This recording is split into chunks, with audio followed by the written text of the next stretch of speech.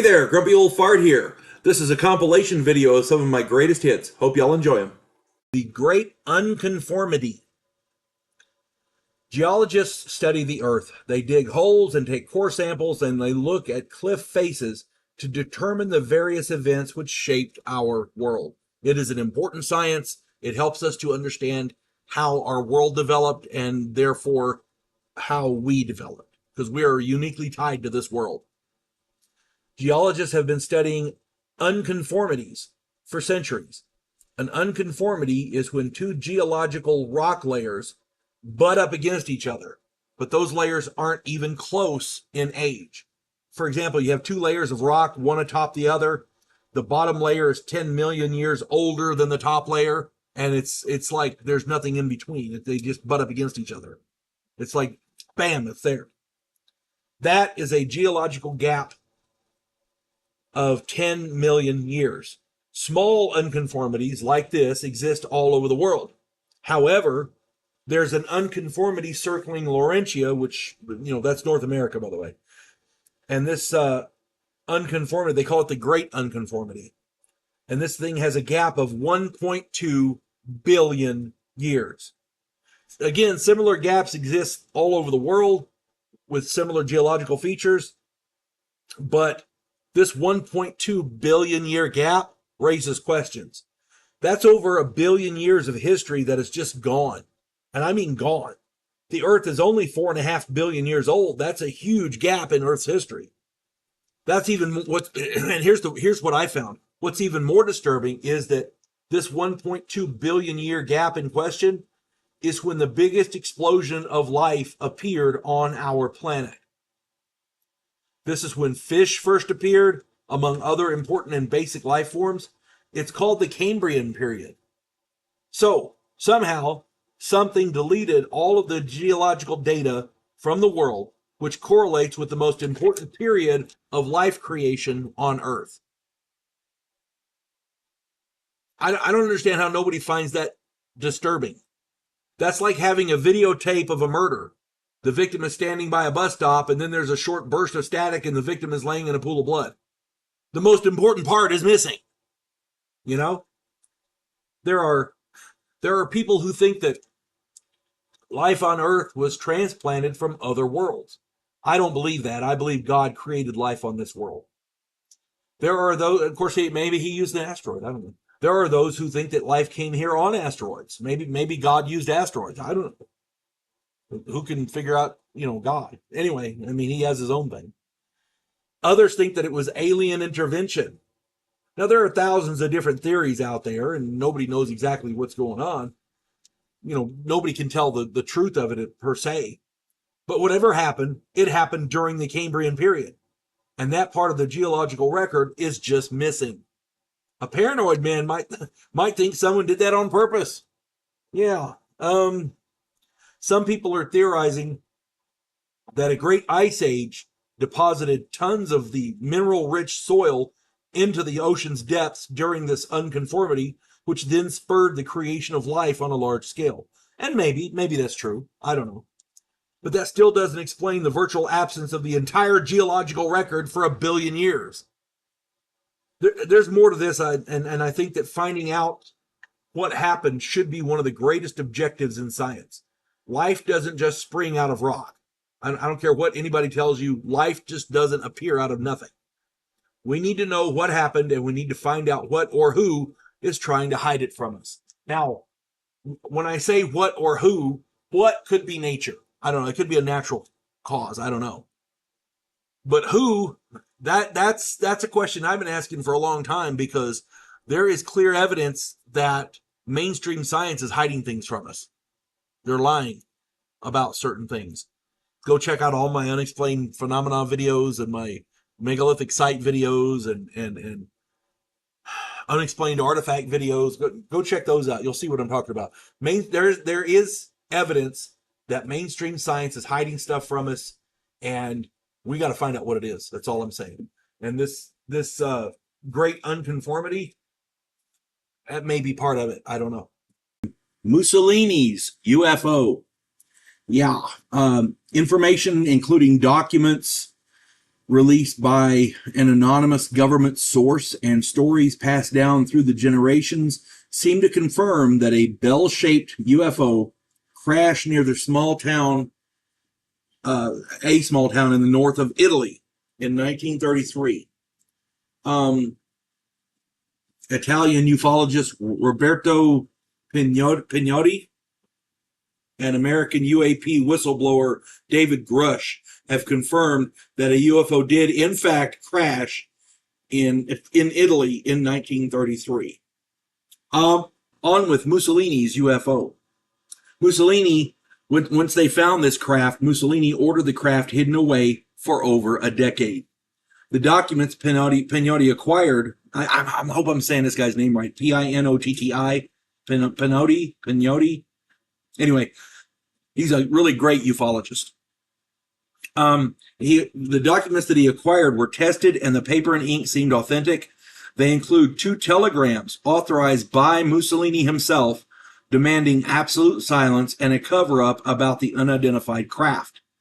The telegrams specify the immediate arrest and maximum penalties for any journalist reporting news of an unknown nature or news of an unknown craft or a craft of an unknown origin having crashed on Italian soil.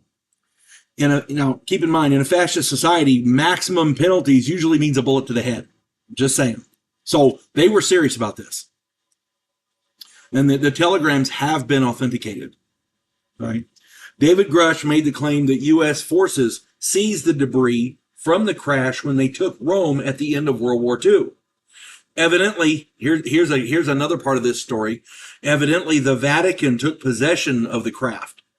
Somehow, they got it, and they kept it hidden up to that point. Now, if so, it is possible that by taking the debris, the Vatican kept Mussolini's scientists from back engineering the technology in order to bolster Italy's war efforts. Okay? We honestly don't know what happened. What we do know is there was a crash, and somehow or other the Vatican got a hold of it, because that's where our guys got it from, apparently. It is also possible that the Vatican's archives still contain documentation of said craft. If that's the case, the Vatican may have all kinds of neat stuff in their archives. I apologize. We have a new kitten, and she's climbing up my damn leg. Her little claws are needles. Oh, good. There you go. Whatever. Okay. The documents point to a mysterious Italian government department called Goneto RS-33. Goneto, Goneto RS-33.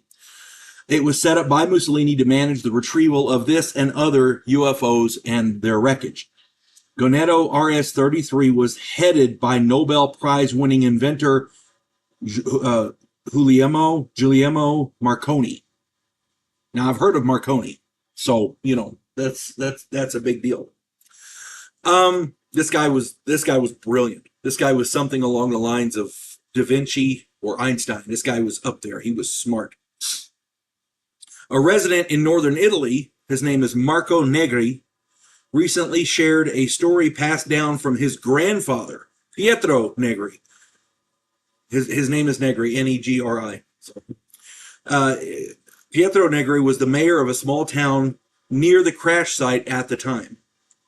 Pietro claimed that a wingless, bell-shaped craft crashed in the wooded mountains near the town. It was 10 meters in diameter and about 15 meters tall. The fascist secret police secured the crash site and covered up its existence. So, if this is what the grandfather told the son, if the story was passed down. So, all of this seems to add layers of credence and credibility to the story that simply cannot be ignored. I did a video about the Glocka. Now that's the story. I'm getting into my personal observations here.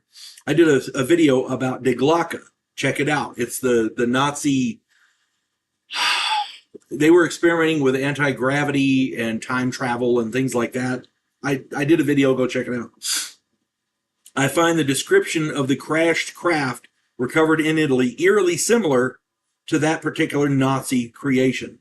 Was this crash in Italy somehow connected to the Nazi experiments with Die Glocke? Who knows?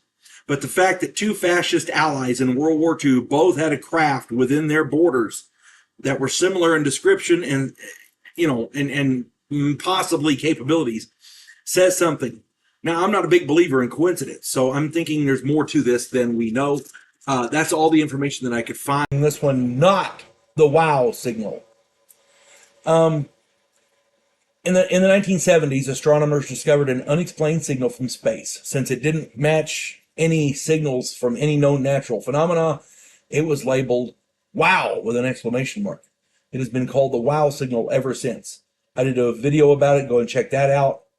One single random signal is amazing, but what if Earth has been bombarded by repeating unexplained signals for decades from thousands of light years away?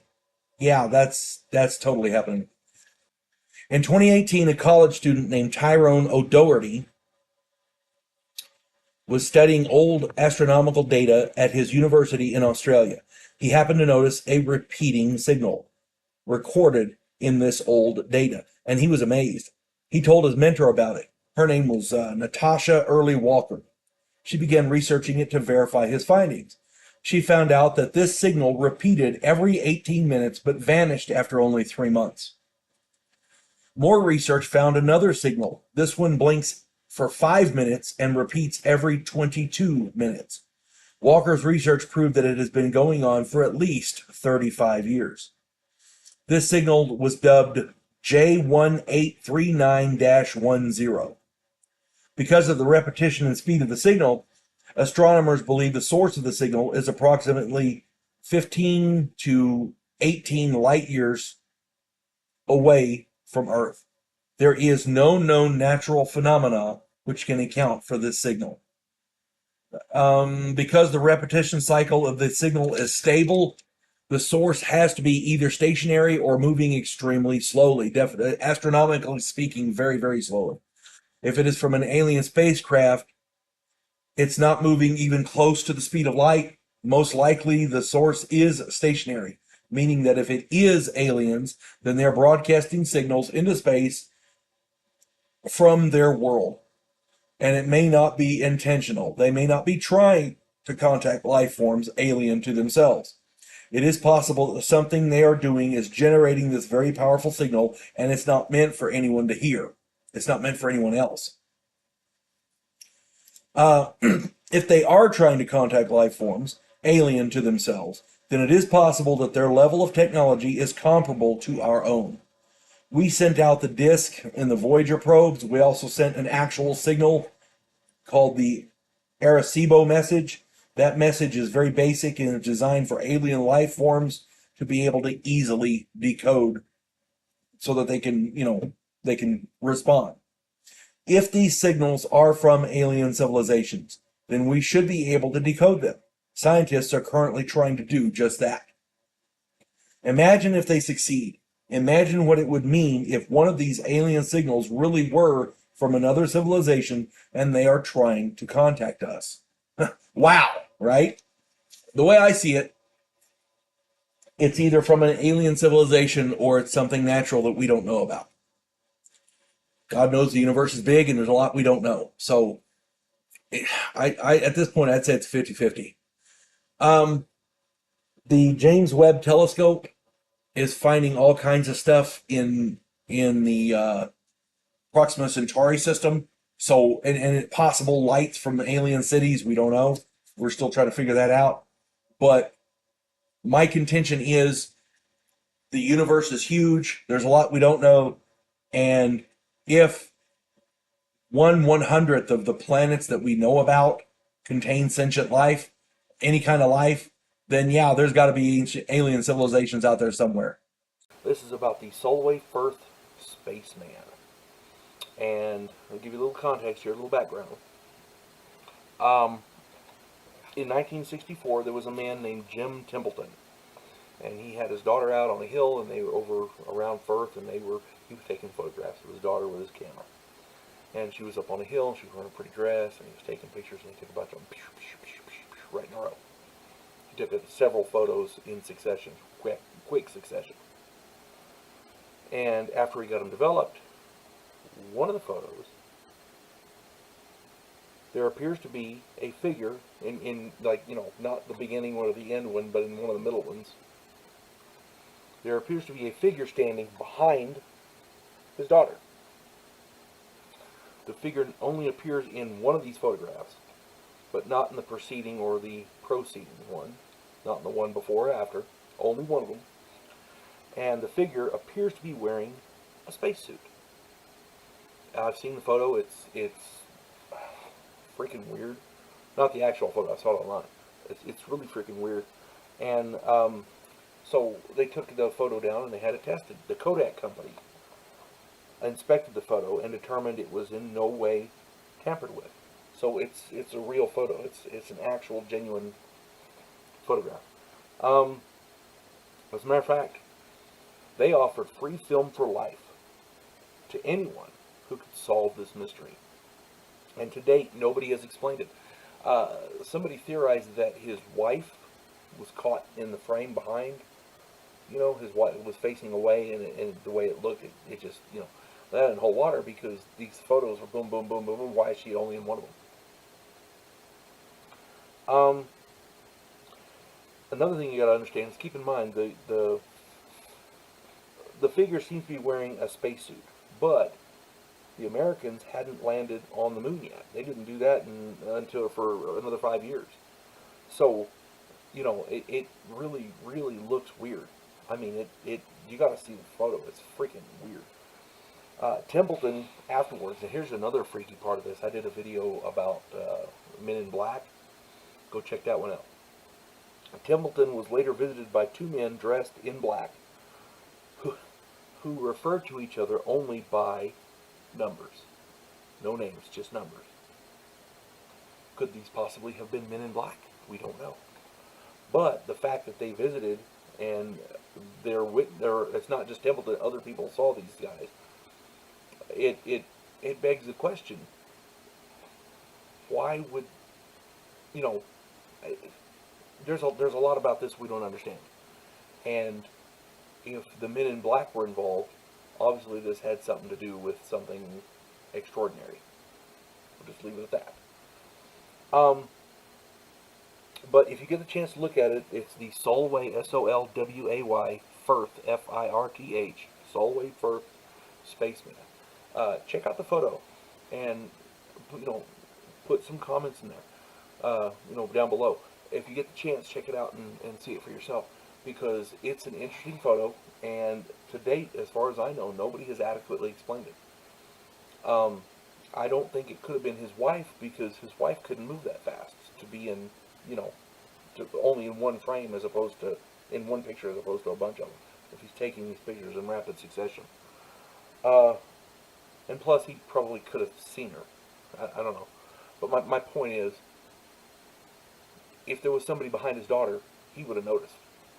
You see what I'm saying? If you're taking pictures of your kid and you see somebody in the background, you would notice. He didn't notice. From 1969, the Apollo 10 alien signal. In May of 1969, the Apollo 10 astronauts lost contact with the Earth while they were on the far side, the back side of the moon, because the Earth is here and the moon's here, and it's not geosynchronous, but it doesn't spin. The back side of the moon is the back side of the moon, the dark side of the moon. I'm not sure if it spins or not. It might, but my point is, there's always half of it that's dark because it's away from the sun. And on the back side of the moon, the Apollo 10 capsule was in lunar orbit, and they were out of contact for about an hour as they passed behind the moon. Where the Earth is here, the moon's here, they passed behind it. For that hour while they were back there, they were out of contact. And this was expected. This was what's supposed to happen. They knew it was going to happen. However, while they were out of radio contact, these astronauts evidently received a radio signal from an unknown origin. It could not be from Earth, because we couldn't do it. And the astronauts referred to it as repeatedly and call it outer space music. They keep referring to it as really weird, really weird. And the astronauts were reluctant to report it because they couldn't explain it. They didn't want to sound crazy. You know, it's kind of in line with the alien videos that I do where I talk about where pilots report seeing UFOs and suddenly they lose flight status and they're sitting behind a desk for the rest of their career. They lose they can't fly planes anymore because the government won't trust them. That kind of thing. Same thing with this. They were reluctant to report it because, oh my God, they're crazy. At any rate, NASA kept this secret for almost 40 years, and they did it because they couldn't explain it either. People have said that it was two different radios on the same craft the signals were interfering with each other, and they made this harmonic resonance or whatever. And yeah, I suppose that's possible, but think about it like this. These are astronauts. These are some of the most highly trained people in the world, on the planet. Highly trained humans in the universe. Think about this. You'd think they know the difference between a radio signal or some jamming or whatever, a resonance, where two signals intersect, that kind of thing. They would know the difference. They know what that is. But they didn't know what it was. As far as I know, to this day, this signal is still unexplained. And if it wasn't from Earth, it had to come from somewhere. It wasn't, as far as the astronauts knew, it wasn't any kind of a natural background noise. It wasn't coming from another planet. It wasn't coming from the moon. It wasn't coming from anywhere. It came from outside the space, the capsule. So wherever it was coming from, it wasn't local. So, but as I said, as far as I know, this signal is still unexplained. People have come off with theories and things, but nobody's proven anything. NASA kept this secret for almost 40 years because they couldn't explain it. This is a kind of a disturbing one. It's definitely not normal. It's one thing to say unexplained phenomena. It's another thing to say, oh my Lord. This is titled The Great Kentucky Meat Shower. And yeah, it's as disturbing as it sounds. There's a tiny town of Rankin, Kentucky, and there was a woman named Mrs. Crouch. And she was on her porch when she heard stuff hitting the ground and the roof and like that all around her. Turns out it was a great shower of chunks of meat falling out of the sky, landing all on her property and on her roof and all around. According to the woman, enough meat fell to fill a horse wagon. She invited people over, and for some unknown godless reason, people started tasting this meat, and they all evidently gave different opinions as to what kind of meat it was. Some said it tasted like beef, some said it tasted like pork, some said it tasted like whatever, bear meat, whatever. But nobody could pin down what it exactly was. There was no consensus. The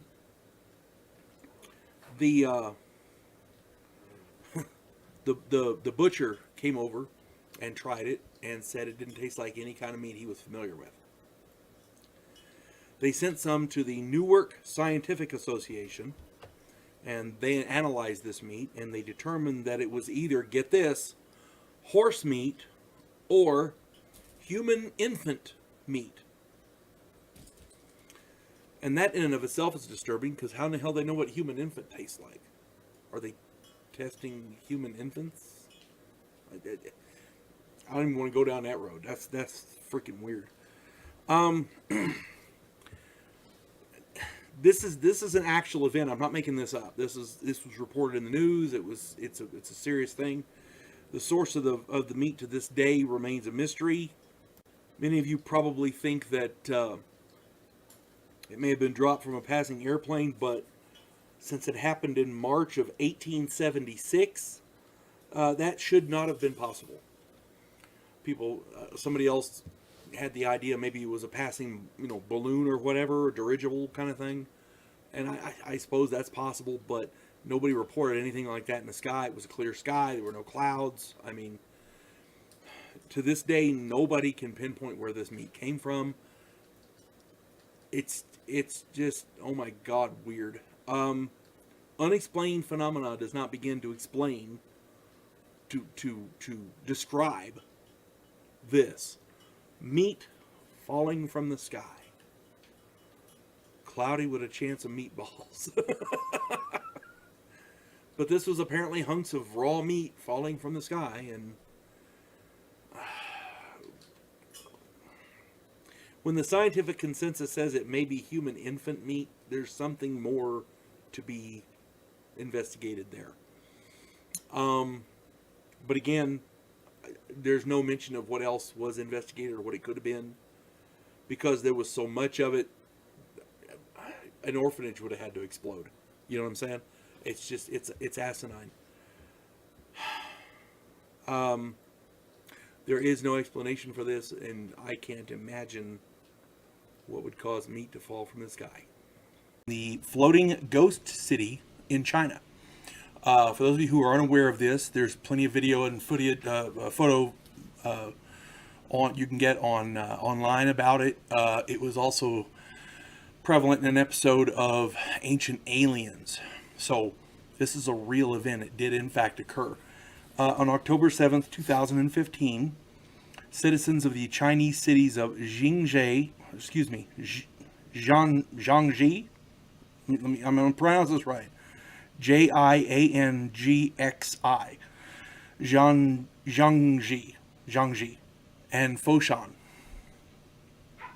Those two cities were treated to a sight. The unmistakable visage of a city with skyscrapers and a definitive skyline floating in the sky in the clouds. And hundreds of thousands of people witnessed this. This wasn't a little event where one or two people saw it. We're talking two whole cities here. And the kicker is a similar image appeared in 2011 over another Chinese city. So this was a serious event. It did in fact happen.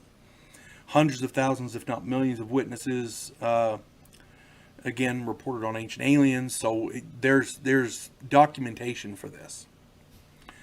Many people, including scientists and military personnel, have put forth theories as to the cause of these images, but none to date have been proven. And there's a lot of these theories, to me, don't make a lot of sense. There's one theory that's just right out there.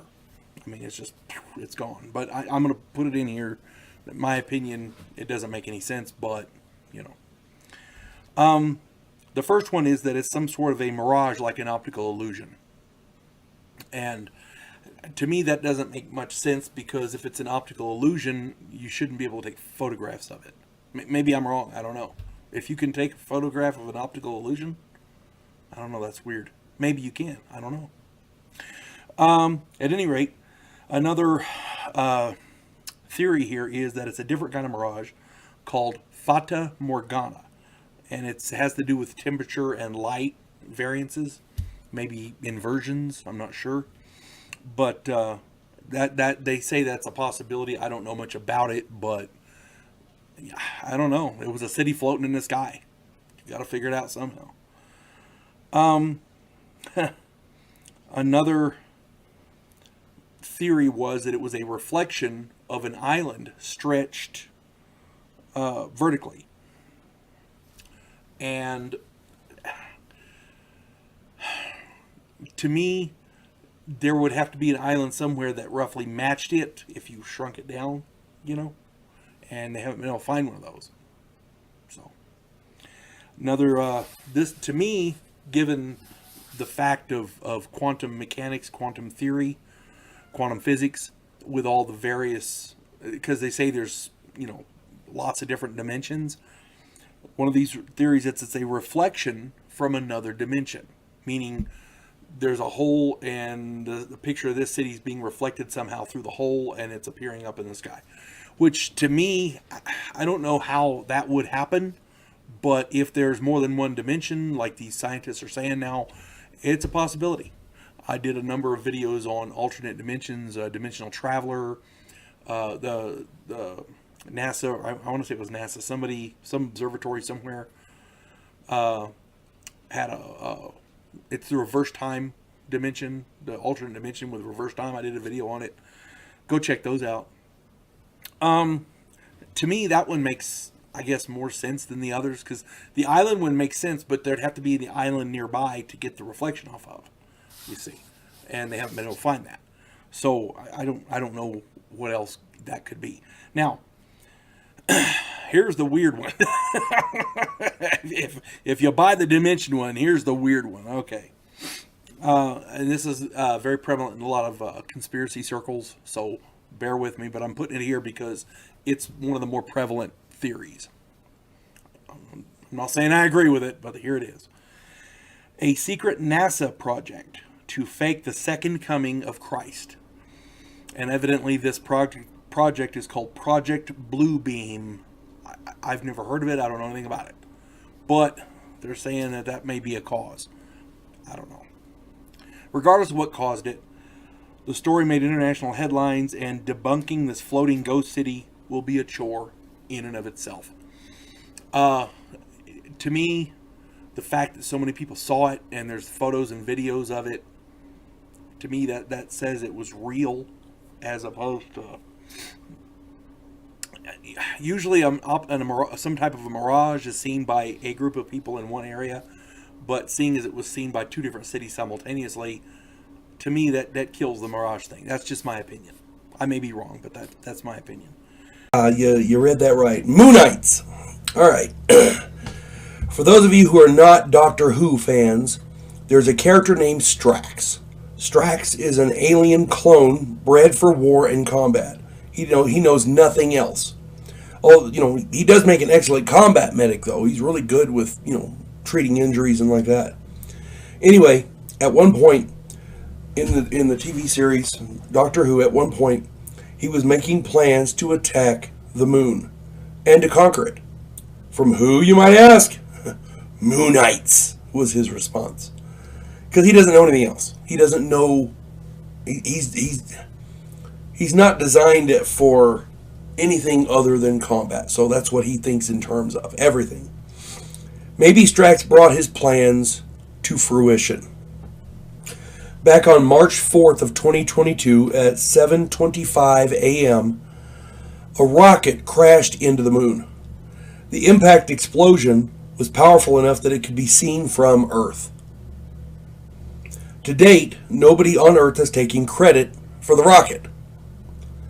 The impact created not one, but two craters.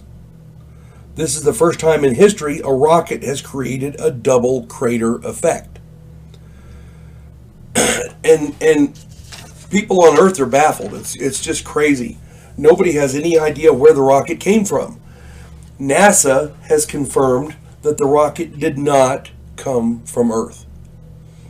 Now, the way I see it, we have a number of options. First off, NASA is wrong and it is from Earth, okay? Which is most likely the case. You have a second option. NASA is lying and they know who fired it, which is probably the case. More likely two than one, I'm just saying. And the third is aliens. Aliens. That's about it. There's no other real options there. Either NASA is an idiot and the people at NASA are idiots and they don't know where it came from and they're saying it didn't come from Earth, but it did. Or NASA's lying and they know who fired it, which is probably the case. Or it's aliens. Now, I generally make it a practice never to believe anything we hear from a government agency until we're absolutely sure they cannot be lying. I've been lied to too many times. Many people think NASA stands for National Aeronautics and Space Administration. Anyone who has tried to get information from them will tell you it stands for Never a Straight Answer. Just saying. If they are correct and the rocket did not come from Earth, where did it come from? Who fired it? What do the aliens have against our moon? And of course, the all-encompassing question, are there really Moonites? Maybe Strax was right, we don't know. There is a theory, however, that the moon tends to block things headed for Earth. So Maybe somebody fired the rocket at Earth and moon just accidentally hit the moon instead. Who knows? Maybe the aliens are just idiots. You know, I know a lot of people who are college graduates who can't figure out how to change a tire.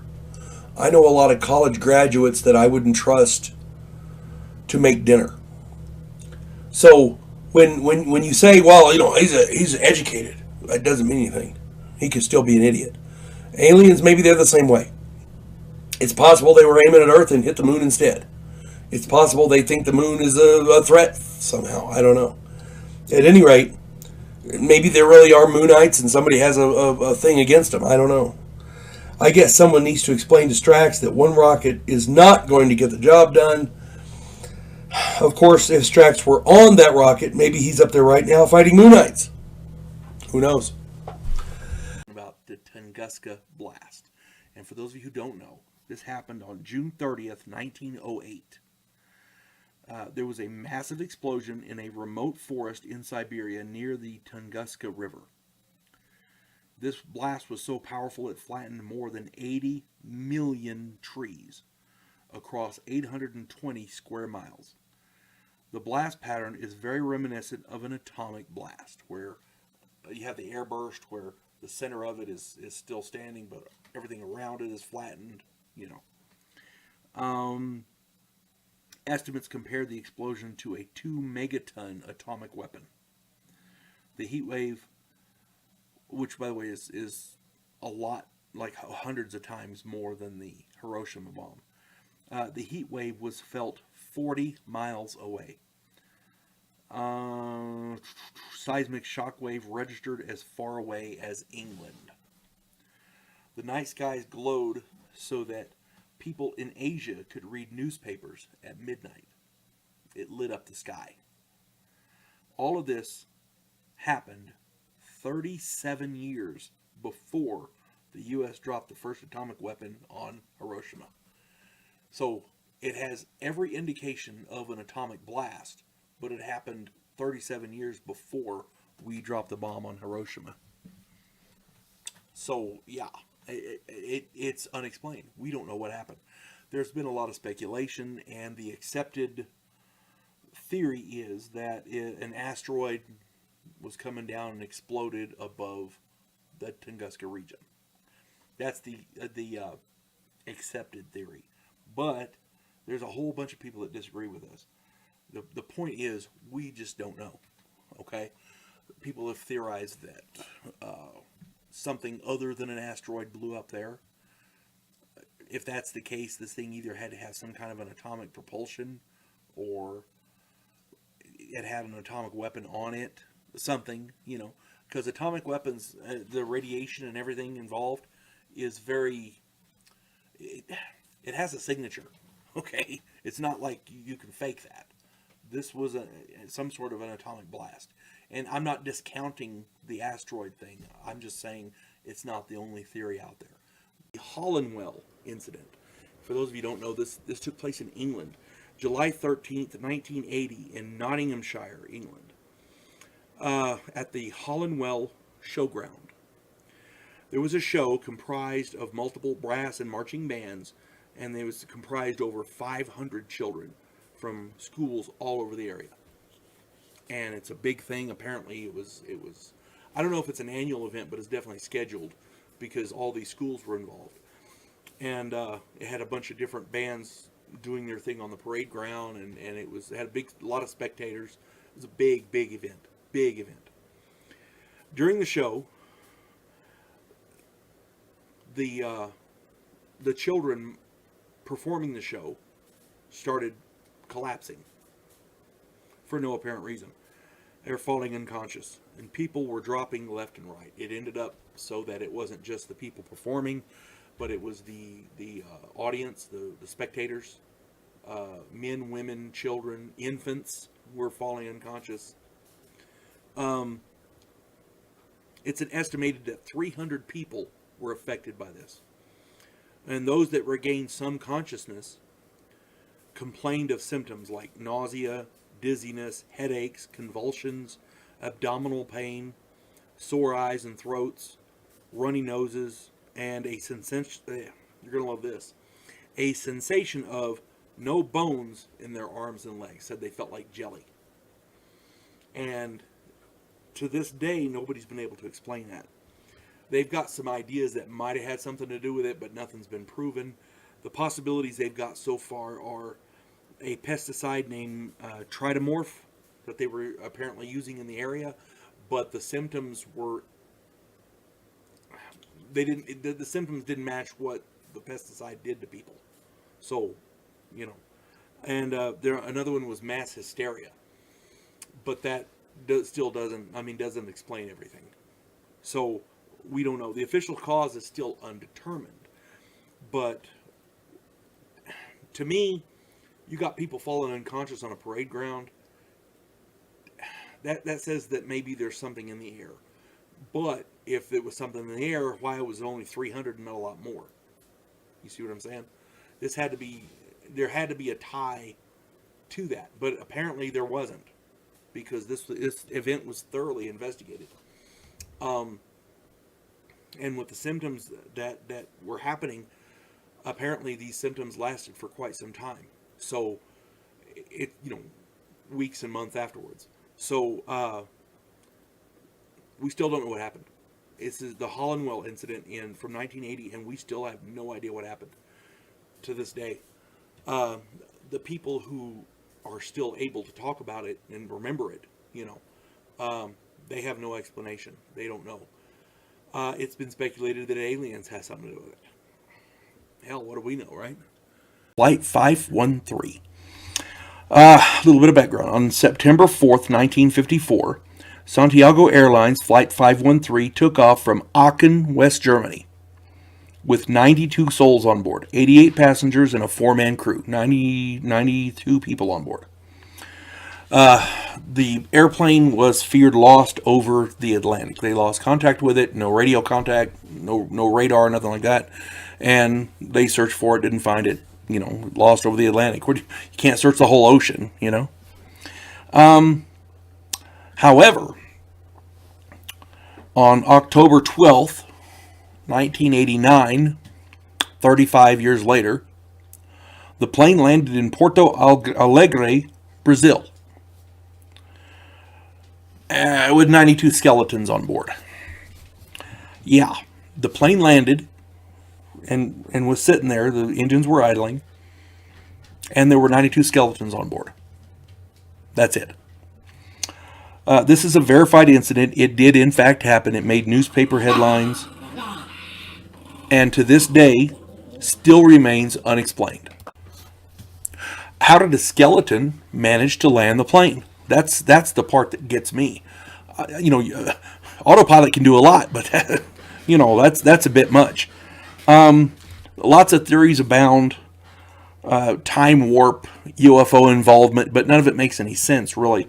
Usually if there's a UFO abduction or whatever, and the people are returned, then they're alive and well, or they may have some scars and, mental condition, but at least they're there and they're alive.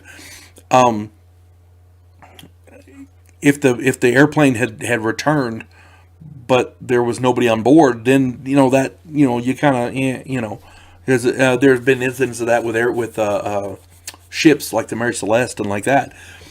But the airplane landed and there were skeletons on board, loaded with skeletons. The engines were still idling when the support personnel boarded and discovered all these skeletons, including Captain Miguel Victor Curry, still clutching the controls. That boggles my mind right there. The time warp thing, to me, doesn't hold water, because if they time warped 35 years in the future and it still had fuel to land, the bodies wouldn't have aged to decayed to the point of skeletons. The bodies had died and there were skeletons and it was still fuel, so the time warp thing doesn't work. This is still a mystery. People are still investigating this. Nobody can find an answer. It's one of the people that I saw. I read an article about it, and one of the people who commented on it said, well, it's South America and their investigative techniques aren't what ours are. I don't know of anybody who could explain that. And I don't care if it's a third world country or a first world country or a major superpower. I don't know if anybody could explain that. That there is no explanation for that. This is a mystery. It's been a mystery since the plane landed in 1989, and I can't see anybody explaining that anytime in the near future. Flight 914. I did a video a while back about Flight 513, the aircraft that disappeared for decades and then landed successfully, taxied over there and stopped with a bunch of skeletons on board. Go and check that out. Yeah, there were no people on board. It was just skeletons. It was crazy. This one is very similar, but has some distinct differences. Let me give you a little background here. In July of 1955, Pan Am Flight 914 left the New York City airport bound for Miami. Should have been a quick and easy flight, right? Instead, with no distress signal and with no wreckage found, Flight 914 with 57 passengers simply vanished. Gone. An extensive search was conducted, but as I said, nothing was found. It just vanished. Nobody knows what happened to it. Everyone presumed that it was lost and would never be found. Then, get this. 37 years later, in 1992, in Caracas, Venezuela, air traffic controllers were having a normal day. Then they noticed an old propeller-driven passenger airliner coming in for a landing. Their radar scope was clear, so they didn't see it on the radar, but they all saw the plane. It was there. They watched it. They made radio contact with the plane and asked the pilot to identify his plane. The pilot replied that this was Pan Am Flight 914 and that they were ready to touch down in Miami. The air traffic controller notified the pilot that the airport was in Venezuela. The pilot was horrified because somehow he had bypassed Miami and flown an additional 1,200 miles. You think they would have noticed that, The plane landed and ground crew saw passengers looking out the windows, and they were all wearing old-fashioned clothing, like from the 50s. They all seemed very confused. After a long silence, the pilot radioed the tower requesting that they confirm the date. The tower told him that it was May 21st, 1992. Then the pilot opened his window and began waving away the ground crew, screaming that they needed to leave. As he waved his hands, something fluttered down from the clipboard that he was holding. The pilot then throttled forward and sped up for takeoff. The plane lifted into the air and flew off into the clouds. The air traffic controller ran down and grabbed the paper that fell off the pilot's clipboard. It was a calendar dated July of 1955. The airplane was identified by the tail numbers and the call sign as Flight 914, the same plane that had disappeared all those years before. That particular airplane was never seen again.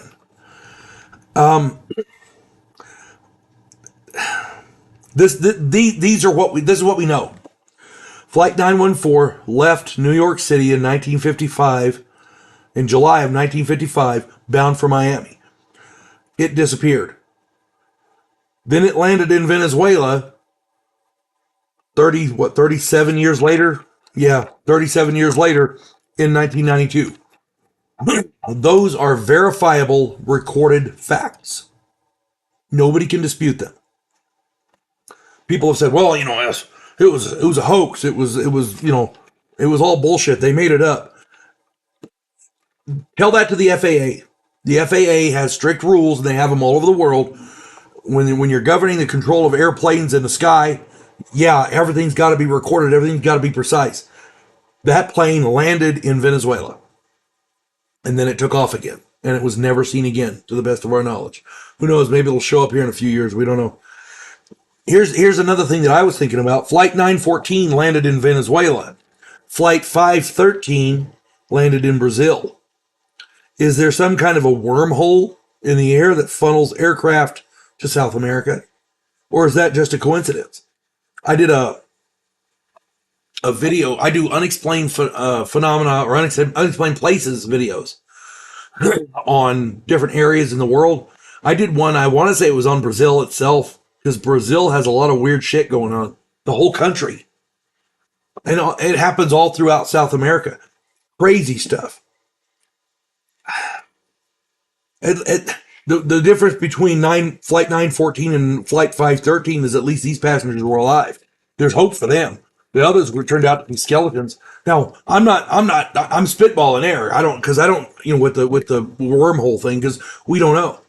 What we do know is the plane disappeared in 55, showed up in 92, 93, whatever it was. 92. And that's verified. That is absolutely verified. If it's a hoax, it is an, oh my God, amazing, intricate, and well thought out, well planned, well funded hoax. And they're hoaxing the people who control other people's lives with, the air traffic controllers. That is not smart. I can't see anybody doing that. You can hoax a person who takes a video of something they can't explain. You can hoax that. But that's a bit much. That's all I'm saying. In 536 AD, a thick and persistent dust cloud, or a dry fog, veiled the sky between Europe and Asia Minor. This cloud lasted for 12 to 18 months. The thick bluish fog extended as far as China, where summer frosts and snow are written in the historical records. So it was a big enough event where they wrote it down.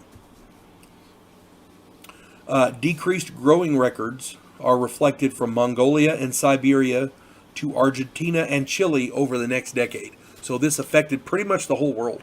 I mean, almost every continent. 2 years later, after this, came the Justinian plague. The combination of this plague and the famine caused by the dust cloud killed as much as a third of the population of Europe. It killed about a third of the population of Europe. In China, the famine killed as much as 80% of the population in some regions. In Scandinavia, the death toll may have been as much as 90% of the population, because so many of the villages were, abandoned, and you got to figure a lot of them went elsewhere, but it could have been as high as 90%.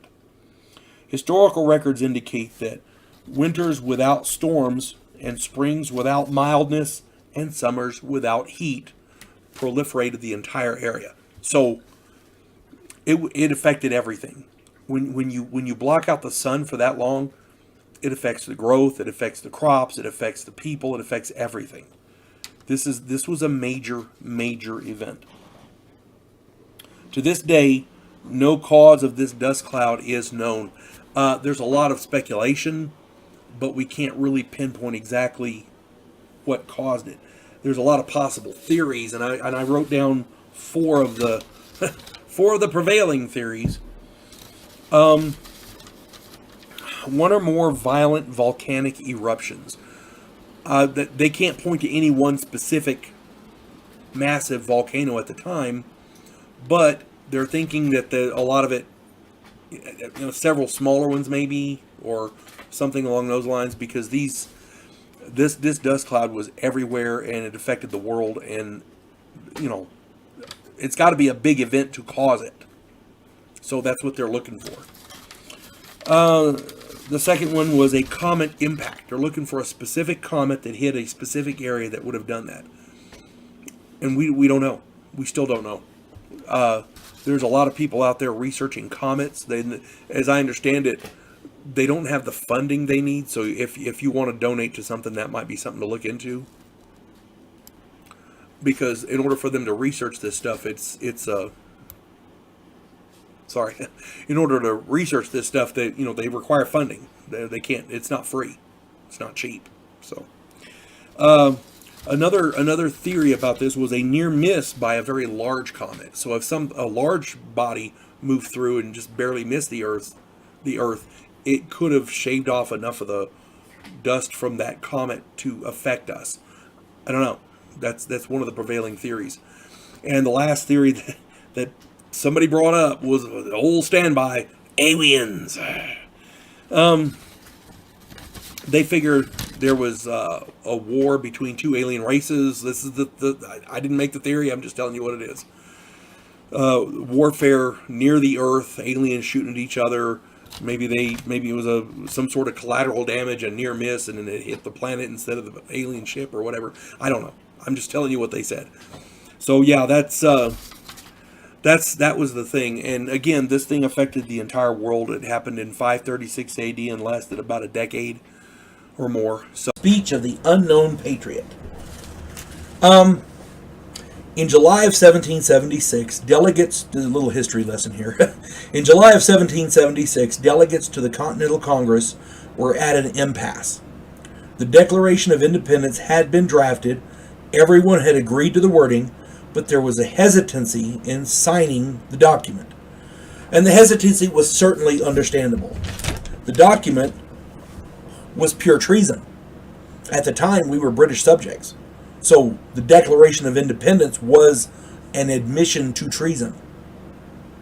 If the rebellion was not successful, each and every person who signed that document would face, get this, I did the research, their property would be seized, their families would be imprisoned, they would be impoverished, their families would be. They would be, the actual signers would be hung, then beheaded, and drawn and quartered. And there have been, I don't know this for a fact, but there have been English nobility who have paraded their heads on sticks, pikes, paraded their body parts around the different parts of the nation. Treason was a serious thing. So, of course, the people were hesitant, to say the least. Signing this document was a very serious affair. It was completely understandable that people would be reluctant to sign it. Then, out of the back of the room, an unknown man stood and delivered a rousing address to the delegates. In part, he said, quote, "They may pour our blood on 1,000 scaffolds, and yet from every drop that dies, the axe..." Let me start this over. "They may pour our blood on 1,000 scaffolds, and yet from every drop that dies the axe, a new champion of freedom will spring into birth. Sign, and not only for yourselves, but for all ages. For that parchment will be the textbook of freedom, the Bible of the rights of man forever." That gives you a tingle just listening to it. The speech continued, and the delegates were motivated to sign the document most vigorously. If you've ever looked at the signatures on the Declaration of Independence, you will see the outright fervor with which the signers emblazon their names. Each and every signature is a challenge, a direct challenge to the King of England himself. They were proud to sign it, and they wanted him to know they were proud to sign it. Those signatures, there's a flair to those signatures. Like, yeah, look at me, motherfucker. That's basically what it says. That's what they were saying. Pardon my French. Afterwards, I get kind of worked up about patriotic stuff. That's just me. Afterwards, when the delegates turned to the mysterious speaker, he had vanished. Nobody knew who he was. He was not a delegate, nor had anyone let him into the room. The guards outside had not seen him enter. The fact remains that America may not have become an independent nation if not for this mysterious motivational speaker. And amen. Whoever the hell he was, he deserves our thanks. He deserves our accolades. He deserves a place in American history, because I had never heard that before. And if you hadn't, this is a first for you too. Oh my God. The people who signed that Declaration of Independence are directly responsible for the freedoms we have today that we take for granted. that guy, if it wasn't for that guy, they might not have signed it. The Philadelphia experiment. First off, let me preface this by saying that there is no concrete, solid proof that this event actually happened. The story of the Philadelphia experiment originated in a series of letters dated back in 1955. The author of the letters claimed to have witnessed the event firsthand.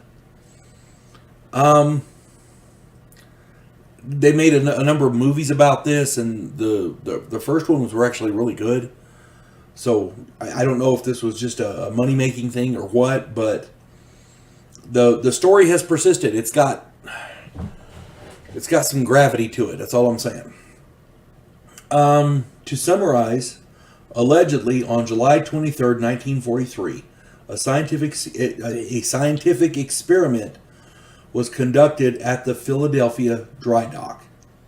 Allegedly. Okay.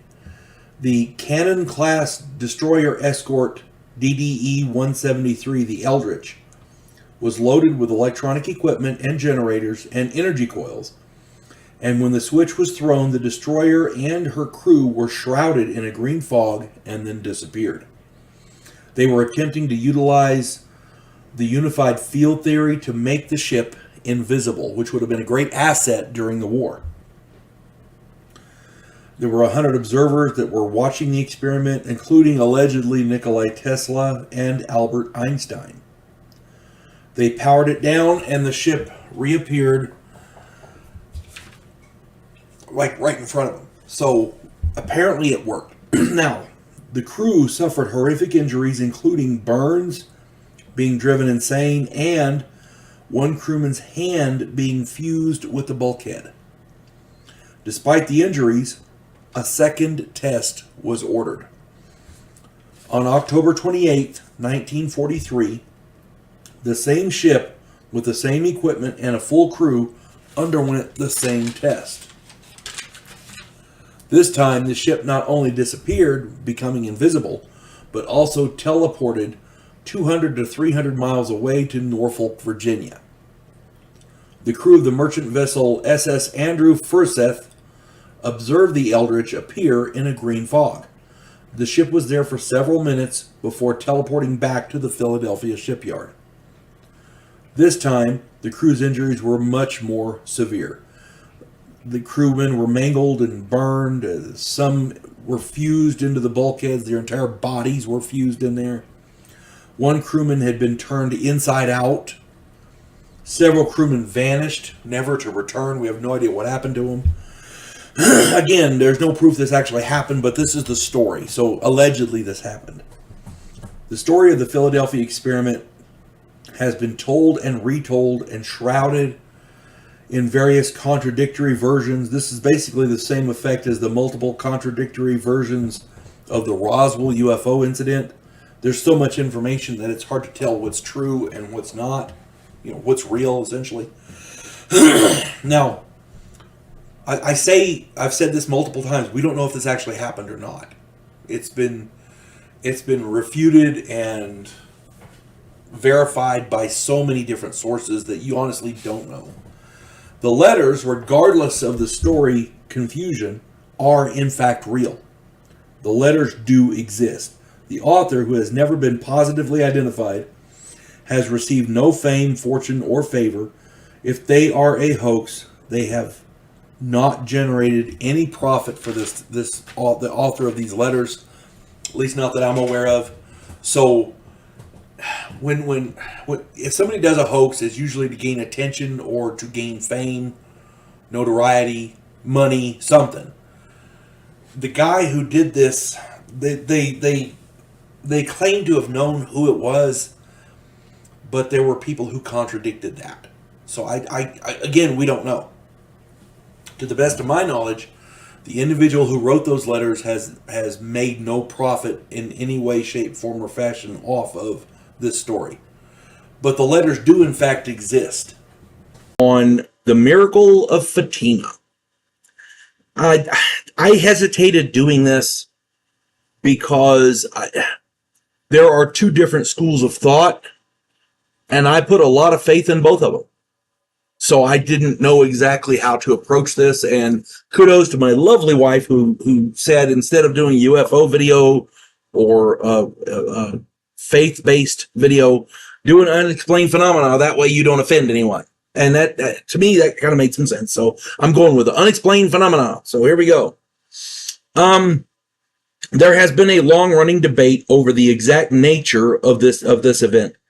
Religious scholars classify this as an earthly visit by the Blessed Virgin Mary. Other researchers, like UFO legend Dr. Jacques Vallée, see this as a UFO encounter. And I did a UFO legend video on Jacques Vallée, so go check that out. This guy, he's not stupid. He knows what he's talking about. But it's just, in my opinion, different schools of thought. That's all it is. Now, I'm a believer in UFOs and alien life. So that part of me says it might be an alien encounters. I'm also a Christian, so in my heart of hearts, I believe it was a religious event. Regardless of how you perceive it, dear viewer, I will never disparage your opinion one way or another. After all, I wasn't there. Maybe coincidentally, it was both. Who's to say? The event lasted 6 months in 1917, ending on October 13th of that year. That was the last visitation by the apparition. Over 70,000 people initially witnessed a revolving flat disc. It had been a rainy morning, and just as the clouds parted, the disc was seen zigzagging down towards the earth. It then reversed its course and disappeared into the morning sun. Onlookers were shocked to realize that their rain-soaked clothing was completely dry. Journalists who had gathered in, with the crowds there in the small Portuguese town documented the event very, very thoroughly. The Catholic Church also investigated and ruled it a religious event.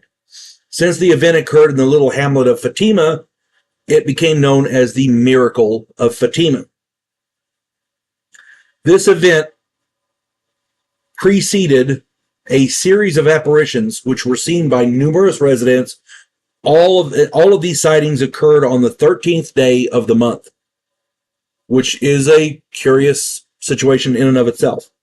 For example, on May 13th, 3 young children were tending their flock of sheep. They were approached by a beautiful lady surrounded by brilliant light. So, it's that kind of a thing. Many witnesses reported paralysis, amnesia, healings, religious conversions. Many reported strange fragrances, buzzing sounds, various light effects, flying discs or globe sightings, strange thunderclaps and other sounds, other visual and auditory effects. It was quite broad-ranging and very convincing. Not that, maybe convincing is the wrong word. It was uplifting. It got their attention. We'll just, and people didn't discount it. That's all I'm saying. What all this boils down to is that the witnesses all experienced something that, to this day, the debate continues as to exactly what it was. And I'm not going to jump into that debate one way or the other, because if it turns out it was in some far future situation, we find out exactly what it was. If it was a UFO, I'm cool with that. If it was an actual visitation by the Blessed Virgin Mary, I'm cool with that. I believe both camps have a possibility of being true, and neither discounts the other. I listed this as unexplained phenomena for a reason. I leave it up to you to decide. Capitan Carnage. This is out there. I ran across a story the other day, and I couldn't. I heard the story on a video. Another program did it, and I did a little research, and it's pretty accurate. This actually did happen. A lot of people thought that it was a lie being told by the individual in question, but a law enforcement officer and some deputies went out and verified it. At least enough of the details to where, You got to give it a little bit of credibility there. So here we go. The Capitan Carnage. This is a crazy story told by none other than William H. Bonney, Billy the Kid. Billy the Kid himself. Billy was riding between the Capitan Mountains and Lincoln, New Mexico. He'd escaped from jail. This was on July 22nd, 1879. He was on the run and trying to avoid the noose. Billy was riding along the rim of a gorge, of a gulch, planning to head to the high country to find elk. He figured he could hide out, eat some elk, and everything will be cool. He noticed clothing and other belongings in the gorge below. Needing water and food, he decided to investigate. It took him a while to get down there, but when he finally did, he found an overturned wagon. There was also 12 dead bodies, all naked, lined up in a row. There were men, women, and kids. They all had perfect circular holes in their bodies about the size of glass jars. Some had holes through their faces and their insides could be plainly seen. The holes were neat and precise. The bodies had been there for days and were rotting. He felt as though he was being watched. He immediately drew his pistol and looked around. A distance off, back the way he had come, he saw something move into the trees. It was no animal that he had ever seen. He didn't know what it was.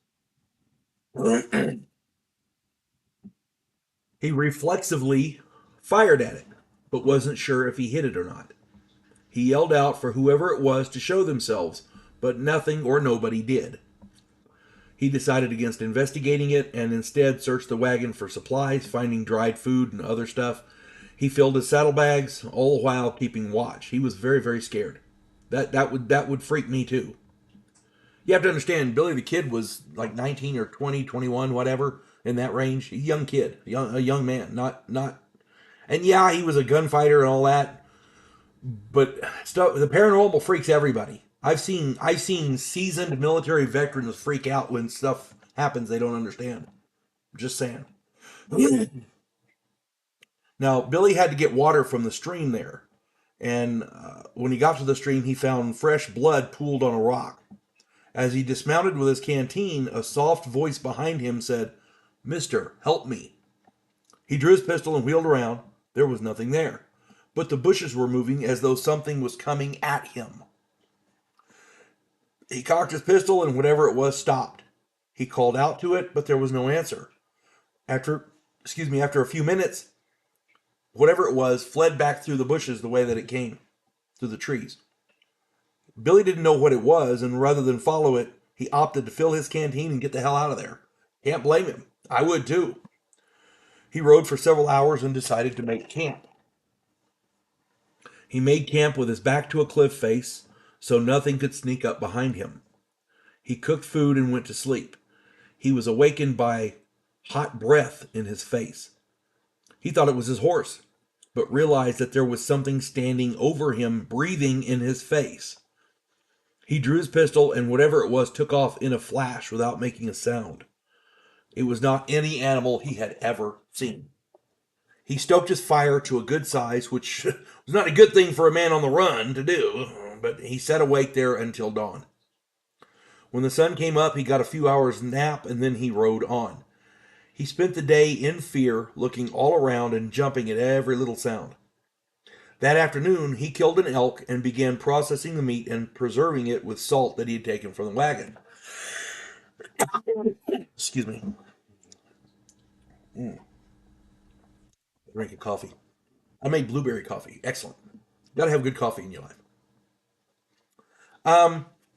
He slept good that first night, and in the morning, he went over the hill to the stream for water. As he returned, he felt like he was being watched again. That night, he built a huge fire and was trying to stay up just in case whatever it was came back. So he's there at the fire, and behind him he heard, "Mister, help me." Something grabbed him and threw him a distance into a tree. As he lay there trying to recover and get up, he heard his horse screaming he said it was horrific. It was hideous. He'd never heard a horse scream like that before. He got to his feet and ran for the stream. He followed it away from his camp all night until he fell from exhaustion and passed out. He awoke when the sun was high. He had a choice to make, basically. Go back to camp or head to town. Now, town meant law and a noose. And he was curious about his horse, so he followed the stream back. He felt that the horse was probably dead because, making all that noise. But, he had to find out. He got curious. His horse's head was missing, and there were some circular holes in her body as before with the other people. The tracks in the area were those of a small child, except that the toes had talons. He gathered what he could and walked several days to Lincoln, where he stole a horse and rode on for San Patricio. He had people there that would help him. Now, later on, Billy got captured, and he recounted this story a year later. He'd gotten captured a year later, and he told the story. Deputy Romero and several men rode up and found the bodies, verifying Billy's story. Romero kept a skull and some of the bones, and they've been passed down through the generations. And they sometimes they'll show them to people, but not very many. A while back, I did a video on human mutilations, aliens taking humans and mutilating them and dropping the bodies back. Very similar to the cattle mutilations. Could this be an early example? We don't know. Do the little gray aliens people see have talons on their toes? I don't know. That's just a weird damn story. Now, again, one could argue Billy was trying to garner sympathy or tell a tale to embolden his reputation, but if he was doing that, why would he say he was scared? A lot of that didn't make any sense. To me, that story has a ring of truth to it. Eclipse anomalies. We recently observed an eclipse all across the world. We knew it was coming, and it was in the present age. Everyone has video cameras in their phones. I mean, we had time to set up and prepare for it so they could, and within our modern technology, everybody has cameras. So, the amount and variety of astounding phenomena captured on video just boggled the mind. There's videos, thousands of videos were made, millions across the world, and thousands and thousands of these showed anomalies that simply cannot be explained. First off, the old reliable UFOs and UAPs. Evidently, UFOs and UAPs wanted to record the eclipse as bad as we did. The amount of UFO or UAP reports skyrocketed during the event. Now, worldwide, such reports increased by approximately 200%. It is possible that this is not an actual increase, but seems so because of all the video and photos being shot on that day. If this is the case, and we normally have this amount of activity, UFO activity, but it wouldn't normally have been seen ordinarily, then I would say that the world's governments need to start planning, because we need some sort of a defense in case all these aliens decide, yeah, we'll just take it. Because there's thousands of these things every day all over the world. If these UFOs didn't show up because of the eclipse, something, an event like that, then that means they're here on a regular basis, this many of them, and we live at some sort of a galactic crossroads. It is possible that we're being invaded. And if that's the case, we got to find some kind of defense. Otherwise, we are screwed, people. We are screwed. And them aliens ain't even going to bring lube. I'm just saying. All right, the next one, shadow eels. I don't know any other way to describe these things. I'm listing these things separately from UAPs and UFOs because to me, they didn't look mechanical. They looked like living creatures. These were seen and videotaped all over North and South America, multiple places in Mexico. These are long, snake-like creatures. They were videotaped, quote-unquote, swimming like an eel, like a snake would swim, through the clouds. Like they swim like an eel or a snake. They were clear against the backdrop of the white clouds. These are dark, blackish, shadowy, eel-looking things. Whatever the videotape was clear, whenever it was clear, excuse me, and could be zoomed in for a close-up, the edges of these creatures were smoky or shadowy as though they may not have been completely solid. Where these creatures came from is anybody's guess, with many people theorizing outer space and other dimensions, and hey, who knows? They may be right. We don't know. Some of the eels were streaking across the sky, some were shooting down towards the ground, some were lone creatures while others were in groups. I've never seen anything like this. The sheer number of sightings all over the Americas would resist the hoax or the blanket hoax explanation. I I can't imagine anybody getting together all across North and South America and saying, "Yeah, let's do a hoax, and we're going to pretend that these shadowy snake-like eel-looking creatures are all swimming through the clouds." Really?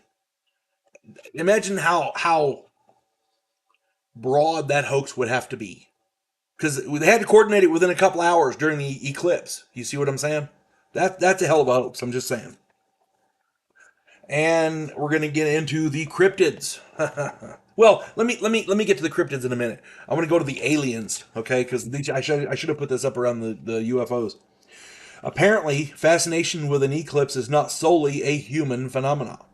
Several people in the Grand Canyon, multiple people in several groups, all reported seeing what they described as the gray aliens. Now, these reports were all from the same area, but different places. In other words, the humans were at the Grand Canyon and they were looking at the eclipse. They were in different places around the Grand Canyon. In a specific spot in the Grand Canyon, several of these groups saw what looked like little gray aliens. The aliens were evidently looking up at the eclipse. There was a group of between 8 and 12 of them. When the humans were spotted watching them, the gray aliens simply vanished. They just disappeared. They didn't run off into the bushes or get beamed up. They just vanished, which is freaking crazy. Now I'll get to the cryptids. During the eclipse, evidently, the freaks really did come out. Whenever they thought it was night, the freaks come out at night. No, I'm joking. Okay. All manner of cryptid sightings, from the Loch Ness Monster to strange large birds to the Chupacabra, and especially Bigfoot, were very, very prevalent during the eclipse. All across the world, people saw strange creatures they could not explain, and many of them were photographed and videotaped. I mean, double or three times the normal amount. And, normally people see Bigfoot a lot, but during the eclipse, it was, oh my God, a lot. So the conclusion that I'm coming to here is that it seems that everyone loves a good eclipse. If you want to catch the paranormal on camera, apparently an eclipse is the time to do it, because they got video and photos from across the world, and they caught everything you could imagine under the sun, and some stuff you never even thought of. It was freaking crazy. There has been, I guess, stories of, in medieval times and in mythology, the eclipse holds power. Witches and sorcerers and like that, they do some of the more powerful magic during the eclipse. Maybe this has something to do with that. I don't know. I do know this: the eclipse was a beautiful sight, and a lot of people got video and photo of it. And the videos and photos that were taken sometimes got other stuff as well. That's all I'm saying.